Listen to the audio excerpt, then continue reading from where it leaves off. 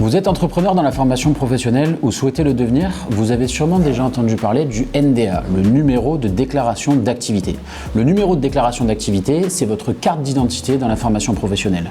De la même manière que vous obtenez votre SIRET quand vous créez votre société, lorsque vous créez votre centre de formation ou votre organisme de formation, vous obtenez votre NDA, votre numéro de déclaration d'activité qui identifie votre organisme de formation. Alors, plusieurs questions. Comment est-ce qu'on l'obtient? Quelles sont les différentes étapes? Combien de temps ça prend? Est-ce qu'on peut rater? Eh bien, on va passer en revue toutes ces questions à l'occasion de cette vidéo. Dans un premier temps, nous réfléchirons à ce qu'est concrètement le numéro de déclaration d'activité. Dans un second temps, je vous présenterai les différentes étapes pour l'obtenir. Et enfin, nous réfléchirons aux spécificités éventuelles qu'aurait le numéro de déclaration d'activité dans le cas d'un organisme de formation indépendant, c'est-à-dire tenu par un indépendant.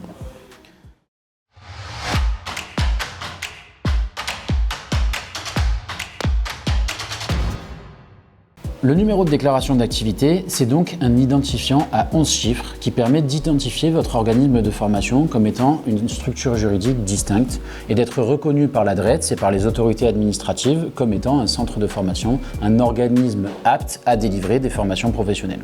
Attention, organisme de formation ne signifie pas nécessairement que vous exercez en tant qu'organisme de formation continue. Vous pouvez être un organisme de formation qui délivre des formations continues, mais vous pouvez également délivrer des formations par apprentissage, auquel cas vous êtes un CFA. Vous pouvez délivrer des bilans de compétences, auquel cas vous êtes un centre de bilan de compétences. Ou enfin, vous pouvez délivrer des formations sous forme de validation des acquis de l'expérience, auquel cas vous êtes un centre de validation des acquis de l'expérience. Alors, la question qui se pose maintenant, c'est qui est concerné par ce numéro de déclaration d'activité et par la question de son obtention? Eh bien, en fait, ce sont tous les prestataires de formation, toutes les organisations qui disposent d'un SIREN et qui sont désireux de délivrer des formations professionnelles, quelles que soient ces formations parmi les 4 que je vous ai citées juste avant. Dès lors que vous souhaitez délivrer des formations professionnelles, vous devez obtenir un NDA et donc passer votre demande auprès de la DREETS, les représentants de l'État en région. Attention toutefois dans les délais. La première étape en vue de l'obtention de votre numéro de déclaration d'activité consiste à délivrer votre première formation professionnelle. Et c'est à l'issue que vous passerez votre demande d'obtention de NDA. Attention, il faudra respecter le délai de 3 mois entre la date de délivrance de votre formation professionnelle et la date d'envoi de la demande à la DREETS de votre région. Vous l'avez compris, ce sont les DREETS, les directions régionales de l'économie, de l'emploi, du travail et des solidarités, autrement dit les représentants du ministère en région, qui sont chargés de délivrer les numéros de déclaration d'activité. Et c'est donc auprès d'eux que vous ferez la demande ou alors directement en ligne, on le verra juste après. Alors maintenant, la question qui nous intéresse tous aujourd'hui, comment obtenir son numéro de déclaration d'activité?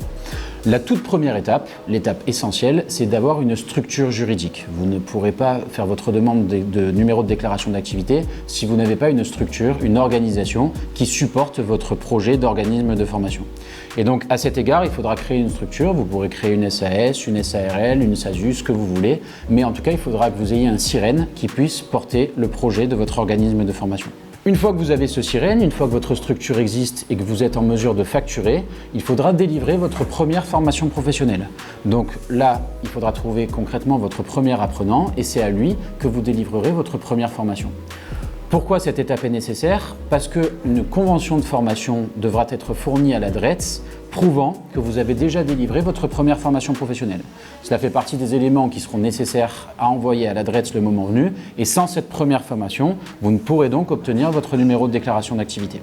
Une fois que vous avez créé votre structure juridique et que vous êtes donc en capacité de facturer, et une fois que vous avez donné votre première formation professionnelle et que vous disposez donc de votre convention de formation, le reste, c'est très simple. Ce sont soit des documents que vous obtenez directement sur Internet, soit des documents qui sont internes à votre organisation. En ce qui concerne les documents que vous obtenez directement sur Internet, le premier d'entre eux, c'est le SIREN. Vous l'obtenez sur le site de Infogreffe, dont vous avez l'URL directement en description de cette vidéo. Deuxième document que vous devrez fournir, c'est le bulletin numéro 3 de votre casier judiciaire qui est disponible en téléchargement directement sur le site du ministère de la Justice. Pareil, pas de complexité, il vous suffit de rentrer vos identifiants de carte d'identité. Voilà pour les 2 premiers documents qui concernent directement des téléchargements sur Internet. Ensuite, vous avez 2 autres documents à fournir qui concernent, eux, l'organisation interne à votre organisme de formation. Dans un premier temps, vous devrez fournir la liste des formateurs, c'est-à-dire la liste des personnes qui vont être impliquées dans l'activité de formation et qui vont effectivement donner des formations elles-mêmes. Il faudra pour chacun des formateurs que vous identifiez, donner également le CV pour prouver que ces personnes que vous avez identifiées ont effectivement l'expérience requise et la capacité de former les apprenants de votre organisme de formation. Alors attention quand même, il y a des délais à respecter. Chez DigiCertif, au moins par mois, on fait passer plusieurs dizaines de numéros de déclaration d'activité et ce qui revient souvent, c'est des erreurs sur les timings. En ce qui concerne le sirène, celui-ci doit être de moins de 3 mois, sinon c'est sous peine de nullité de la demande d'activité de formation. Et en ce qui concerne votre bulletin de casier judiciaire, il faudra lui que ce soit un bulletin de moins d'1 mois, sous peine de nullité également. Donc faites attention, c'est des petits tips à avoir en tête et qui vous permettent le moment venu d'éviter d'avoir votre demande qui est refusée pour des erreurs de délai. Deuxième tips à ne surtout pas oublier et qui représente au moins la moitié des refus de demande d'organismes de formation que l'on rencontre chez DigiCertif. Cela concerne la signature des documents. La DRETS impose que l'ensemble des documents qu'on leur fournisse soient datés et signés. Alors pensez-y, au moment de l'envoi de vos documents, datez et signez l'ensemble des documents que vous envoyez sous peine de nullité et de refus. Attention, si vous ne respectez pas ces 2 critères, vous partez sur un refus et donc considérez que vous repartez sur 1 voire 2 mois supplémentaires pour obtenir votre numéro de déclaration d'activité. Passons maintenant au concret.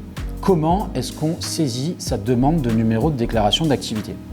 Alors, il y a encore de ça quelques années, au moment de la création de DigiCertif, toutes les demandes de création de NDA, donc c'est-à-dire c'était début 2021, toutes les demandes de création de NDA devaient passer par des envois postaux. Donc on envoyait directement l'ensemble de son dossier à l'adresse compétente, c'est-à-dire que si vous étiez à Paris, vous deviez envoyer à l'adresse d'Île-de-France, si vous étiez à Marseille, vous deviez envoyer à l'adresse régionale de PACA. Aujourd'hui, les choses ont changé. Tout se fait sur le site internet Mon Activité de Formation. Ce site, on vous le met également en description de la vidéo. C'est le site qui va rassembler l'ensemble des éléments nécessaires à la vie de votre organisme de formation. C'est en fait le site qui vous permettra de communiquer l'ensemble des documents que vous devrez envoyer à l'adresse et à l'administration de manière générale en ce qui concerne votre organisme de formation. Donc c'est là que vous allez saisir votre demande de numéro de déclaration d'activité, mais c'est aussi là que vous allez saisir votre BPF, votre bilan pédagogique et financier, dont on reparlera par la suite et qui est un élément hyper important de la vie de votre organisme de formation. Alors, comment ça fonctionne concrètement ? Vous allez atterrir sur le site Mon Activité de Formation, il faudra créer ces identifiants, ça je vous laisse faire, vous créez votre login avec votre adresse mail et votre mot de passe et par la suite, c'est simplement un formulaire à remplir en uploadant, en téléchargeant l'ensemble des documents que je vous ai évoqués tout à l'heure. Donc le sirène, le bulletin de casier judiciaire et l'ensemble des documents qu'on a évoqués ensemble, vous devrez les uploader sur la plateforme, les uns après les autres. Une fois que vous avez rempli l'ensemble de ces informations, que vous avez téléchargé l'ensemble de ces documents, vous envoyez votre demande d'activité de formation en cliquant en bas à droite sur « Valider la demande » et après, vous avez 30 jours d'instruction de dossier auprès de l'adresse. Alors attention, petit tips aussi, au moment où vous allez faire votre déclaration d'activité, l'instructeur de votre demande auprès de l'adresse a 10 jours pour demander des observations supplémentaires. Autrement dit, pour vous poser un certain nombre de questions relatives soit à la qualité des formateurs, soit à la liste des formateurs que vous avez fournis ou à tout autre document que vous avez envoyé. Ces observations arrivent dans un délai de 10 jours. À compter de la réception de cette demande, vous avez vous-même 15 jours supplémentaires pour répondre à ces observations. Si vous ne répondez pas à ces observations, vous n'obtenez pas votre numéro de déclaration d'activité. Conclusion, à partir du moment où vous faites votre demande, vérifiez et ouvrez régulièrement votre boîte mail pour être sûr de ne pas passer à côté d'une observation d'un instructeur. Globalement, le délai d'obtention est de 30 jours. Suivant les DRETS, suivant les périodes, si vous faites ça en plein mois d'août, ça peut être potentiellement un peu plus long. Bref, mais globalement, il faut compter plus ou moins 30 jours après la date de dépôt de votre demande pour avoir une réponse définitive quant à l'obtention ou non de votre NDA. Vous recevez alors un courrier postal vous indiquant votre numéro de déclaration d'activité avec un code d'activation qui vous permet directement sur votre plateforme Mon Activité de Formation de valider votre compte et définitivement de devenir un organisme de formation. Alors attention toutefois, je préfère le signaler parce que dans le cadre de DigiCertif, on a rencontré ce motif de refus à de très nombreuses reprises. L'adresse que vous allez indiquer sur la plateforme Mon Activité de Formation va être tout à fait capitale dans la mesure où c'est là que va être envoyé votre code d'activation. Et si vous n'avez pas accès à cette boîte aux lettres, eh bien vous n'aurez pas accès non plus à ce courrier et vous ne pourrez pas valider votre demande d'activité de formation. Donc veillez à avoir accès à cette boîte aux lettres que vous allez renseigner. Vous avez créé votre espace Mon Activité de Formation, vous avez téléversé l'ensemble des documents qui étaient demandés et vous avez validé votre demande. Désormais, il n'y a plus qu'une chose à faire, attendre. Et la question qui se pose, c'est est-ce qu'il est possible ou non de voir la DREDS vous refuser l'obtention de votre numéro de déclaration d'activité? Alors, on l'a un peu dit tout à l'heure, mais la réponse, vous la connaissez, oui, c'est possible. Globalement, je vous ai donné les cas d'usage qui se présentaient. Ça peut être des documents qui sont non datés ou non signés. Ça peut être des dossiers qui sont incomplets. Ça peut être des documents qui sont non conformes par rapport aux exigences de la DREDS. Bref, tout un tas d'explications qui justifient effectivement le fait que la DREDS va vous refuser l'obtention de votre numéro de déclaration d'activité. Pas de panique, c'est pas grave. En cas de refus, vous avez quand même des portes de sortie. La première, il s'agit de redéposer complètement le dossier. Alors ça prend du temps, mais à la limite, votre dossier est prêt, donc vous pouvez le faire. Vous redéposez le dossier dans sa totalité sur le site Mon Activité de Formation. Et la seconde option qui se présente si jamais votre dossier est refusé, c'est de faire un recours auprès de la DREDS, c'est-à-dire de contester la demande de la DREDS en expliquant que effectivement votre dossier aurait dû être validé. Si votre dossier a été refusé par la DREDS, vous allez recevoir un courrier qui est clairement motivé et présentant l'ensemble des observations de la DREDS expliquant pourquoi votre dossier a été refusé. Si vous redéposez, faites très attention et veillez bien à répondre à l'ensemble des observations de la DREDS de manière à ne pas faire deux fois la même erreur. Si tout se passe bien, vous avez désormais votre numéro de déclaration d'activité, vous l'avez obtenu, vous êtes désormais considéré comme étant un organisme de formation. Félicitations. Votre statut d'organisme de formation, toutefois, crée des droits et des devoirs et il faut bien les avoir en tête. Désormais, vous êtes un organisme de formation et donc ce n'est pas rien, fiscalement parlant et administrativement parlant, vous devrez respecter un certain nombre d'obligations. Alors, commençons par les devoirs. Votre premier devoir en tant qu'organisme de formation, ce sera de déclarer chaque année votre bilan pédagogique et financier, plus connu sous le nom de BPF. Alors, qu'est-ce que c'est que ce BPF? Le BPF, comme vous avez des bilans comptables que vous devez délivrer en fin d'année fiscale, eh bien dans le monde de la formation professionnelle, vous avez votre bilan pédagogique et financier qui vient lui clôturer votre année dans la formation professionnelle. Et donc précisément, ce BPF, il sert à identifier l'ensemble des prestations de formation que vous avez réalisées tout au long de votre année. Concrètement, ce sera sur votre espace Mon Activité de Formation sur lequel vous avez créé votre NDA. Vous avez un petit onglet à gauche de la page avec Mon bilan pédagogique et financier. Et c'est ici que vous devrez saisir l'ensemble des informations relatives à votre année d'exercice en tant qu'organisme de formation. Il faudra identifier notamment le nombre d'heures de formation que vous avez délivrées. Il faudra également identifier quels ont été les financeurs que vous avez sollicités dans le cadre de votre activité de formation, quel est le chiffre d'affaires de votre activité de formation, notamment proportionnellement à votre chiffre d'affaires total. Peut-être que vous avez une activité en parallèle de votre activité de formation. Bref, ce BPF vient faire le bilan total de votre activité de formation. Attention, là encore, chaque année, il faudra délivrer votre BPF au 31 mai, tous les ans. Sans avoir délivré votre BPF au 31 mai, vous sortez du monde de la formation professionnelle, votre numéro de déclaration d'activité devient caduc. Et donc, il faut faire très attention à ça, sous peine de perdre votre statut d'organisme de formation. En ce qui concerne les droits, votre principal droit en tant qu'organisme de formation, c'est de demander une exonération de TVA sur votre activité de formation. Ça veut dire que lorsque vous créez votre organisme de formation, on l'a vu tout à l'heure, vous êtes au départ une entreprise qui demandait en plus le statut d'organisme de formation.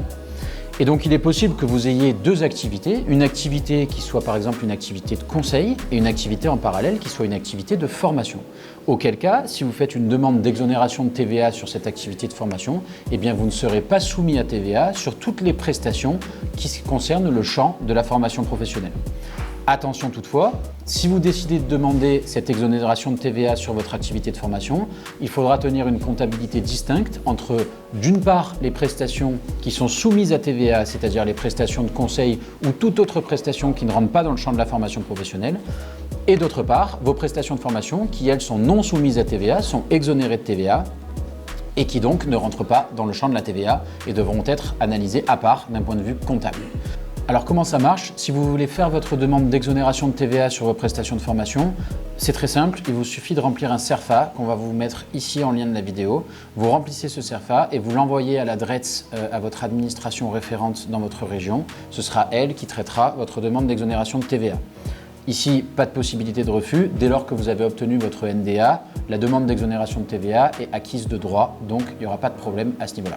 En plus du droit d'exonération de TVA sur votre activité de formation, le deuxième grand droit dont vous disposez, c'est que désormais vous pourrez apparaître dans la liste des OPAC. Qu'est-ce que c'est un OPAC? Organisme prestataire d'action concourant au développement des compétences, une expression compliquée pour parler en fait des organismes de formation, c'est-à-dire l'ensemble des organismes qui sont réunis sous la tutelle des 4 types d'organismes que j'évoquais tout à l'heure: organismes de formation continue, OF, les CBC, les centres de bilan de compétences, les CFA, centres de formation par apprentissage, et les VAE, les centres de validation des acquis de l'expérience.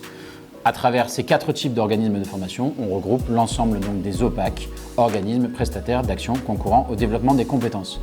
Et donc dès lors que vous obtenez votre NDA, vous avez le droit d'apparaître sur la liste publique des organismes de formation que vous obtiendrez directement sur le site de Datagouv. Là encore, un lien supplémentaire, vous le trouverez en description de cette vidéo. Alors, 2 questions qui nous reviennent souvent au sein de DigiCertif. D'abord, la question des indépendants et ensuite la question des sous-traitants. Alors, la première question sur les indépendants. Est-ce que les indépendants peuvent demander l'obtention d'un numéro de déclaration d'activité de formation? La réponse est oui. Comme je vous le disais en guise d'introduction, dès lors que vous avez un SIREN, vous êtes en capacité d'obtenir votre numéro de déclaration d'activité de formation. Et donc, quel que soit le statut de votre entreprise, que vous soyez une société indépendante et quel que soit le statut de cette société, cette entreprise individuelle, vous pouvez obtenir votre numéro de déclaration d'activité sans souci. En ce qui concerne les sous-traitants maintenant. Donc le sous-traitant, pour rappel, c'est celui qui répond à un donneur d'ordre. Le donneur d'ordre, donc organisme de formation, travaille en collaboration avec un sous-traitant qui lui délivre la formation effectivement, et la réalité de la formation est délivrée par lui auprès d'un apprenant qui est une personne tierce ou de plusieurs apprenants d'ailleurs. Donc dans le cas potentiel d'un sous-traitant qui voudrait obtenir son numéro de déclaration d'activité de formation, c'est possible, et auquel cas il faudra, à la place de la convention de formation qu'on évoquait tout à l'heure, il faudra qu'il fournisse un contrat de formation, contrat qui lie l'organisme de formation donneur d'ordre avec l'organisme de formation sous-traitant, organisme de formation donc en devenir. Et donc au moment de l'envoi de ces documents à l'adresse, il faudra fournir le contrat qui lie le donneur d'ordre à l'organisme de formation qui la délivre. Attention toutefois, le contrat ne devra pas être un contrat général sur les modalités du partenariat qui lie l'organisme de formation donneur d'ordre à l'organisme de formation sous-traitant.